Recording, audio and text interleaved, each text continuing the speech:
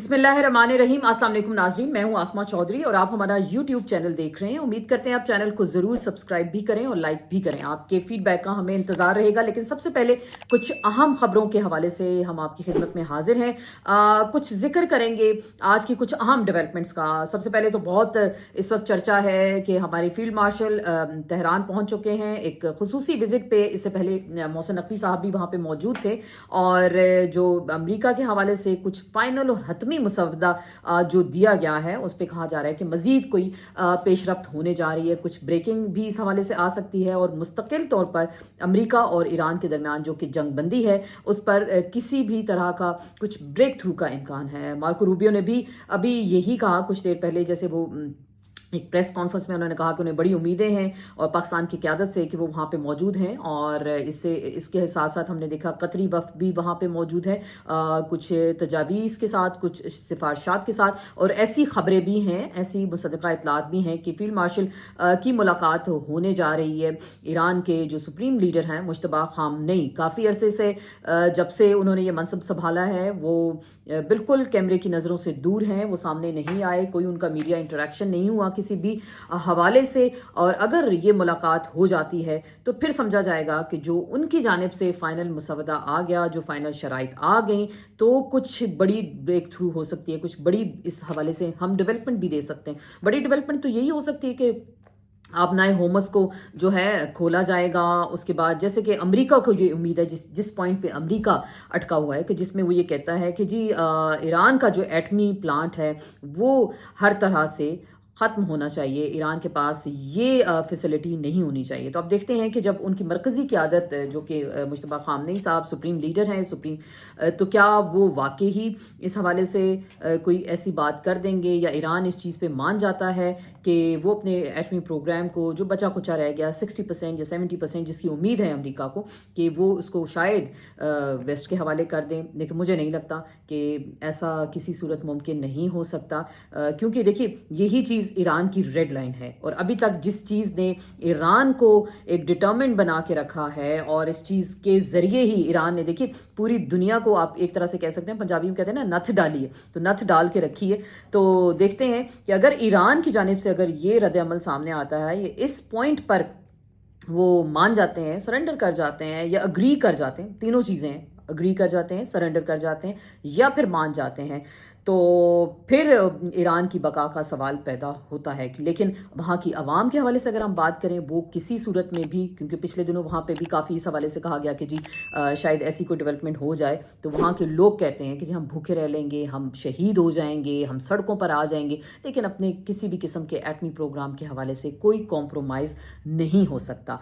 तो ये एक ख्वाहिश तो है डोनाल्ड ट्रंप की। अब देखते हैं इस ख्वाहिश को किस तरह अमली जामा पहनाया जा सकता है। लेकिन जो ईरान की जानिब से लास्ट टाइम ये इतलात थी कि इस पॉइंट को उन्होंने कहा सबसे एंड में रखा जाए और उससे पहले हम दीगर पॉइंट्स पर आते हैं कि किस तरह से जंग बंदी होनी चाहिए, अब नए होमस को कैसे खोलना चाहिए, और जो दीगर मामलात थे इसराइल की जानिब से जो अटैक्स हैं, और स्पेशली जो जॉर्डन के हवाले से बात की गई थी, तो इन तमाम तर चीज़ों को भी मद्देनज़र रखना होगा। तो देखते हैं, इस खबर पर हमारी नज़र रहेगी कि मज़ीद किस तरह की डेवलपमेंट होती है। मोहसिन नकवी जो अपना जादू पाकिस्तान में भी चलाते हैं, देखते हैं कि ईरान में उन्होंने किस तरह का जादू चलाया है और क्या वाकई ही पाकिस्तान के लिए, बहुत से लोग पुरुम्मीद हैं कि जी वाकई अब नोबेल इनाम का वक्त आ गया कि पाकिस्तान का नाम शायद आइंदा लिया जाएगा, कि पाकिस्तान को इस हवाले से कुछ नोबेल इनाम भी पीस प्रोसेस के लिए मिल सकता है। लेकिन मेरे नज़दीक पाकिस्तान इस वक्त अगर ये बात सामने लेके आए कि पाकिस्तान ने एक तरह से ये कोशिश करनी है कि पाकिस्तान जो कर्ज़ों के नीचे जकड़ा हुआ है, कर्ज़ों के नीचे दबा हुआ है,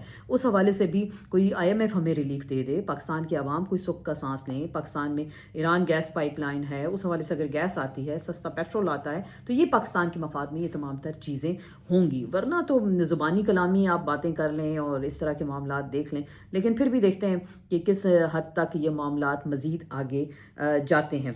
कुछ दूसरी खबर की जानिब हम आते हैं जिसमें आज जो मेरी नज़र से गुजरी, क्योंकि 190 मिलियन पाउंड जो केस था, जो परसों भी लगा हुआ था, जस्टिस डोगर साहब ने कहा, क्योंकि सलमान सफदर साहब मौजूद नहीं थे अपनी बीमारी की वजह से, और सलमान अकरम राजा साहब पेश भी हुए, लेकिन जस्टिस साहब ने कहा कि अगली पेशी पे आपके वकील जो हैं हाजिर हों, वरना अदालत अपना खुद फैसला करेगी। और दूसरी बात कि पावर अटर्नी नहीं था, उन पे दस्तखत वकालतनामे पे दस्तखत नहीं थे खान साहब के और बुशरा बीबी साहिबा पे, क्योंकि सुप्रिटेंडेंट जेल अटियाला उनकी जानिब से इजाज़त नहीं दी गई थी। अदालत ने हुक्म दिया कि जी आप किसी और का एफिडेविट जमा करवा दें, ये भी आप कर सकते हैं। ये हमने पिछले वीलॉग में भी इसका जिक्र किया था, लेकिन आज ये स्टोरी फिर रिपीट हुई, क्योंकि अटियाला जेल में साबिक वज़ीर आज़म इमरान खान और बुशरा बीबी के खिलाफ 190 मिलियन पाउंड का जो केस है, उसमें पावर ऑफ अटर्नी पे आज भी दस्तखत नहीं हो सके। इनके वकील खालिद यूसुफ चौधरी साहब 5 घंटे उनको वहाँ तवील इंतज़ार कराया गया और उसके बाद वो अडियाला जेल से वहाँ से रुखसत हो गए और जेल हुकाम ने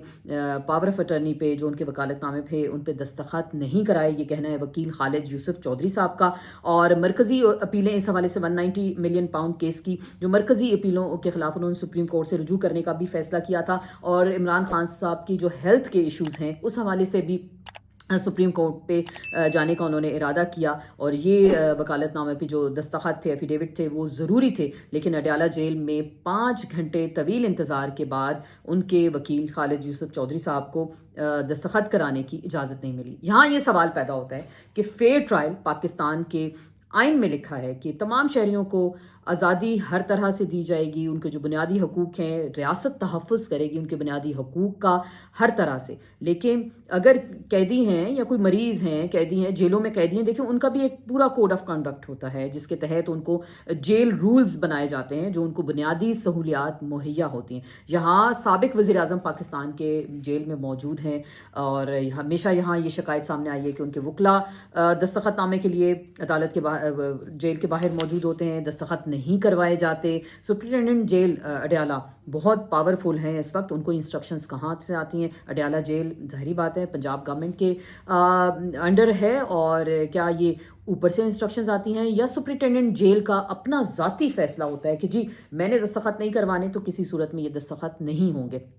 लेकिन जो फैमिली के साथ मुलाकात की बातें हैं वो भी नहीं कराई जाती। लेकिन आज भी कुछ ऐसी खबरें आई हैं, हम आपको ये खबर देते चलें कि बुशरा बीबी और उनकी बेटी, उनकी भाभी के साथ बड़े तवील अरसे बाद आज एक मुलाकात करवाई गई है। कहा जा रहा है कि ये मुलाकात 1 घंटा जारी रही और ये उम्मीद भी की जा रही है कि जी शायद अगले कुछ ईद के करीब उनकी जो बहनें उनके साथ मुलाकात करवाई जाएगी, ये उम्मीद की जा रही है। अभी इस तरह की खबरें आ रही हैं, इसमें अभी अब देखते हैं कि अगले आने वाले चंद दिन क्या इस हवाले से कुछ डेवलपमेंट होती है। लेकिन जो हम ये नुक्ता उठा रहे हैं, जो पॉइंट उठा रहे हैं कि क्या जेल रूल्स के तहत किसी भी कैदी का बुनियादी हक नहीं है उसको अपने वकला से मिलने का, अपनी फैमिली से मिलने का, और अगर वकील आते हैं वकालतनामे पे दस्तखत कराने के लिए तो इस तरह की हर्डल्स करके इसको क्या साबित किया जाता है कि क्या वाकई उनको इतना तंग कर दिया जाए कि वो खुद ही कहेंगे भाई छोड़ो हमारी जान, हमने तो अब कुछ नहीं करना। लेकिन फिर भी खान साहब हैं, डटे हुए हैं, वो कहते हैं आप जो मर्जी कर लें, जितने आप पहाड़ तोड़ लें, जो कुछ आपने करना है। और वो वाकई सिस्टम को भी आगे लगाया हुआ है। ये सारी चीज़ें हमारे सामने और रिकॉर्ड का हिस्सा है।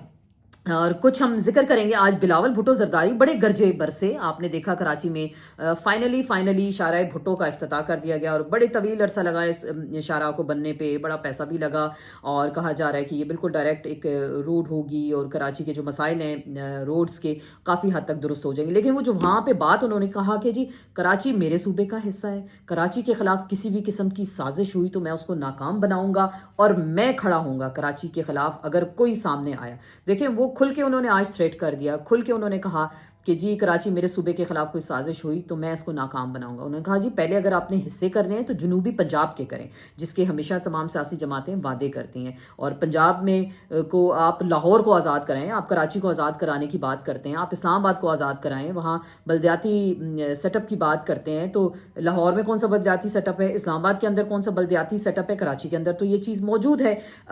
वाज़े तौर पर वो आज खुल के सामने आए हैं, जो कि हम बारहा अपने वीलॉग्स में जिक्र कर रहे थे कि 28वीं तरमीम के तहत कराची और गवादर को विफाक के हवाले किए जाने की तैयारियां हैं। इसी हवाले से बिलावल भुट्टो जरदारी उन्होंने खुल के कहा अगर कोई साजिश हुई तो इसको मैं नाकाम बनाऊंगा, कराची का हिस्सा हुआ तो मैं सामने खड़ा हूँगा। लेकिन बात यह है कि फाइनल फैसले अथॉरिटी तो आसिफ अली जरदारी करते हैं, بلاول بھٹو زرداری میں تو اتنا دم خام نہیں ہے. ہاں تقریریں وہ بہت اچھی کر لیتے ہیں, مجمع کو گھیر لیتے ہیں. الیکشنز میں بھی آپ نے ریسنٹ دیکھا ہوگا 2023 کے جو الیکشنز تھے 8 فروری کے, اس سے پہلے وہ لاہور میں جا کے بڑی دھواں دھار تقاریر کرتے تھے نواز شریف صاحب کے خلاف کہ جی نواز شریف چور ہے, کہ یہ بھی نعرے لگائے. تو ہم اس وقت بھی یہ سوال اٹھاتے تھے کہ ابھی تو آپ جلسے میں لوگوں کو موبلائز کرنے کے لیے, موٹیویٹ کرنے کے لیے اس طرح کے نعرے لگا رہے ہیں, اور تھوڑے عرصے بعد آپ انہی کی کیبنٹ کا حصہ ہوں گے, انہی کے ساتھ سسٹم میں موجود ہوں گے. وہ سب نے دیکھا کہ یہ دونوں سیاسی جماعتیں کس طرح سے سسٹم کے اندر موجود ہیں, اور موجود کسی نہ کسی طرح سے آپ نے دیکھا. پیپلز پارٹی بہرحال وہ کہتے ہیں جی ہم تو کسی کیبنٹ کا حصہ نہیں ہے, لیکن تمام آئینی عہدے اس وقت پاکستان پیپلز پارٹی کے پاس ہیں. تو وہ کہتے ہیں نا میٹھا میٹھا ہپ ہپ اور کڑوا کڑوا تھو تھو, تو یہ وہ والی بات ہوگی. آپ اپنے آپ کو اس چیز سے ڈینائی نہیں کر سکتے, اور ہم بھی ادھر ہیں, آپ بھی ادھر ہیں. 28ویں ترمیم ہونی ہے, ہر حال میں ہونی ہے. اور جو یہ باتیں ہو رہی ہیں کہ جی ہم نہیں دینے دیں گے اور ہم کسی سازش کو کامیاب نہیں ہونے دیں گے, تو دیکھتے ہیں بلاول بھٹو زرداری صاحب کے جو فادر ہیں, ان کے ڈیڈی ہیں, کس طرح کا فیصلہ کرتے ہیں. کیا واقعی ہی بلاول بھٹو زرداری کی یہ بات ریکارڈ کا حصہ رہے گی کہ انہوں نے جو بھی کوئی سازش وہ ان کے نزدیک سازش ہے, یا اس کو ناکام بنا دیں گے. تو یہ ساری چیزیں اس وقت ریکارڈ کا حصہ ہیں. تو اس میں ہماری نظر ضرور رہے گی کہ 28ویں ترمیم کچھ دن ہی رہ گئے کہ اس میں آنے میں کیا ہوگا. لاہور کو آزاد کروائیں, وہ بڑا اہم پوائنٹ اٹھا رہے تھے کہ لاہور کو آزاد کرائیں. سیدھی ڈائریکٹ انہوں نے چوٹ لگائی ہے اس وقت پاکستان مسلم لیگ نون کو کہ جی آپ لوگ شاید 18ویں ترمیم کا حصہ بننے جا رہے ہیں اور بڑی بڑی بڑکیں مار رہے ہیں. تو پہلے آپ اپنے لاہور کو آزاد کروا کے دیکھ لیں. جو انتظامی یونٹس بننے ہیں یا صوبے بننے ہیں تو لاہور کو الگ بنا دیں, دیگر صوبوں کو آپ الگ بنا دیں. تو یہ ساری چیزیں اس وقت آپ کے سامنے رکھنے کا مقصد یہ ہے کہ کھیل جو ہے بڑے دلچسپ مراحل میں داخل ہو چکا ہے, اور کچھ قربتیں بڑھتی جا رہی ہیں. پاکستان پیپلز پارٹی بڑے قریب ہونے کی کوشش کر رہی ہے اس وقت پاکستان تحریک انصاف کے, اور بڑی کچھ ہمدردیاں بھی آج کل دکھائی جا رہی ہیں. ہم نے ریسنٹلی جو خیبر پختونخوا کے گورنر ہیں فیصل کریم کنڈی, ان کو ہم نے دیکھا وہ موجود رہے سہیل آفریدی کے ساتھ, پریس کانفرنس بھی کی.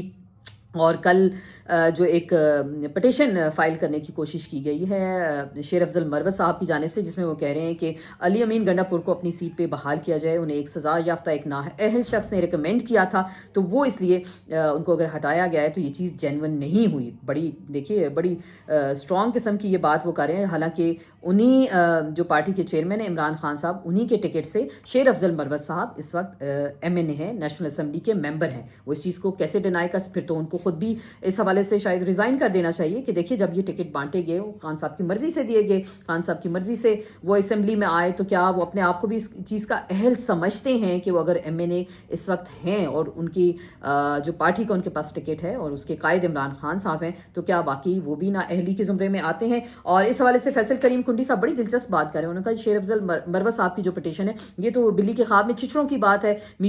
اگر آپ کہتے ہیں کہ جی آپ واقعی ان کو دوبارہ سے وزیر اعلیٰ بنایا جائے, تو انہوں نے کہا کہ ایسا ہم نہیں ہونے دیں گے, اور ہم جو موجودہ چیف منسٹر ہیں ہم ان کے ساتھ ہیں, ہماری ان کے ساتھ ورکنگ کوآرڈینیشن بہت اچھی جا رہی ہے. ایک دلچسپ ہم نے چیز دیکھی بھارت کے حوالے سے, اگر انڈیا کے حوالے سے بات کرتے ہیں کہ وہاں کی جنزی اور ینگسٹرز کی اگر ہم بات کرتے ہیں, پاکستان میں تو کہا جا رہا ہے 18 سال کا ووٹر نہیں ہوگا, 20 یا 22 یا 25 سال کا ووٹر ہوگا, ایسی کوئی تیاری کی جا رہی ہے 28ویں ترمیم کے حوالے سے.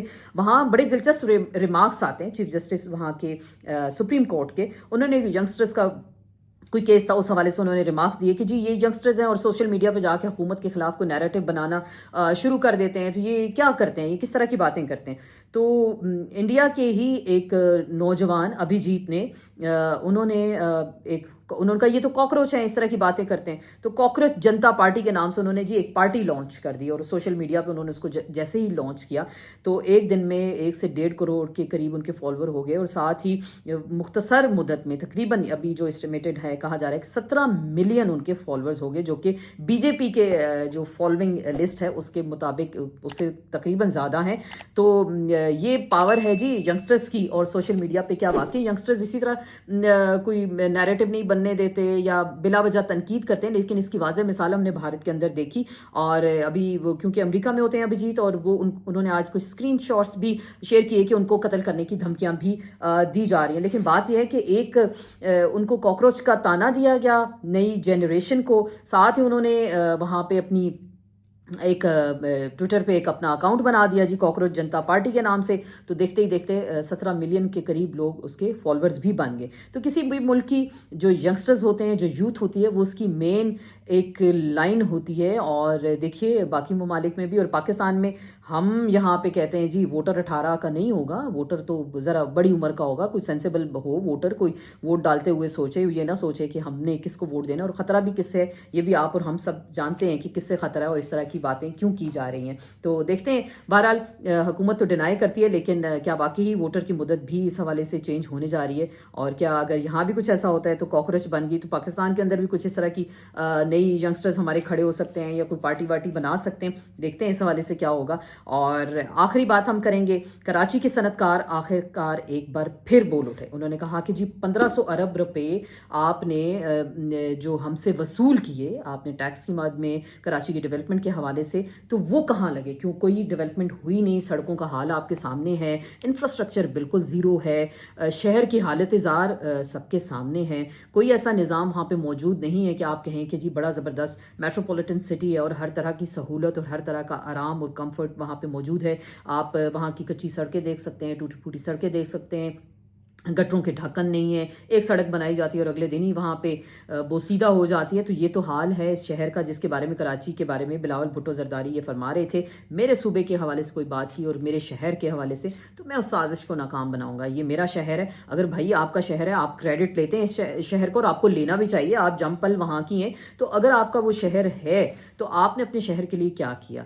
پچھلے تقریباً 19-20 سالوں سے اس وقت پاکستان پیپلز پارٹی کی وہاں پہ حکومت ہے، اور جو اس شہر کا حال ہے وہ ہم سب کے سامنے ہے۔ تو کیا واقعی وہ اتنے بڑے بڑے وعدے اور دعوے کرتے ہوئے اچھے لگتے ہیں یا نہیں؟ تو ظاہری بات ہے لوگ آپ کو کارکردگی کی بنا پہ ووٹ دیتے ہیں، لوگ اس بنیاد پہ ووٹ نہیں دیتے، چاہے اس کے بعد آپ فارم 45 بدل لیں یا 47 بدل لیں۔ یہ بھی آج عارف حبیب صاحب بھی وہیں پہ کھڑے ہو کے تقریر میں کہہ رہے تھے کہ لوگ آپ کو یہ نہیں دیکھیں گے کہ کس نے ووٹ دینا ہے، اگر کارکردگی اچھی ہے تو 45 فارم بھی آپ کا اور 47 بھی آپ کا۔ بڑی وہ مذاقہ خیز اور بڑی اندر کی بات اور معرفت کی بات وہ کر گئے۔ آخری بات ہم کریں گے جی، 8 ٹرینیں پاکستان میں بند ہو گئی ہیں مہنگے ایندھن کی وجہ سے، اور مجھے تو لگتا ہے وفاقی وزیر جو ہیں وہ ستو پی کے سو رہے ہیں۔